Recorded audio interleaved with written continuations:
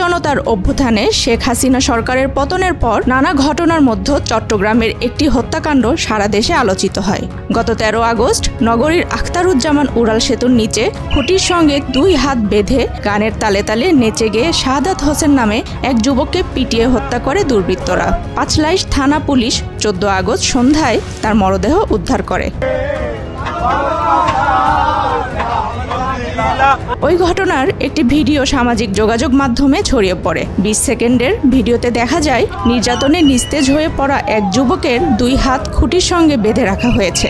তাকে ঘিরে গান গেয়ে নেচে নেচে উচ্ছ্বাস প্রকাশ করছে একদল মানুষ। শুধু তাই নয়, গানের তালে তালে ওই যুবককে আঘাতও করছিল তারা। চট্টগ্রামের আঞ্চলিক একটি গান মধুকরণের বিষ খাওয়াইলা, এই ভাইরাল গানটি গিয়ে একটি হত্যাকাণ্ড সংঘটিত হয়েছে, যেটি খুব ভাইরাল হয়েছে, আপনারা দেখেছেন।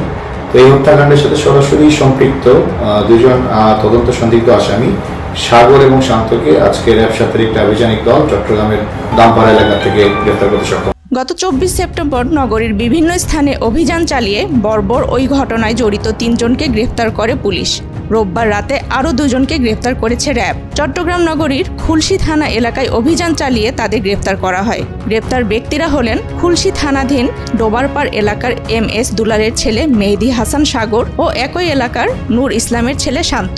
যে অভিযোগটা আছে ভিকটিমের স্ত্রী আমাদের কাছে করেছে যে ভিকটিমকে গত 13 আগস্ট এই সাগরই ফোনে ডেকে নিয়ে যায় এবং পরবর্তীতে অপহরণ করে মুক্তিপণ লাভের আশায় তার ওয়াইফের কাছে ফোন দিয়েছিল।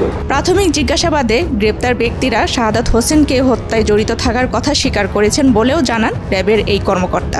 তথ্য প্রযুক্তি সহায়তা আমরা এতটুকু জানতে পেরেছি যে অপর গ্রেপ্তারকৃত আসামি শান্ত ঘটনাস্থলে ওই সময় উপস্থিত ছিল। আফসানা রিপা, বাংলাদেশ প্রতিদিন।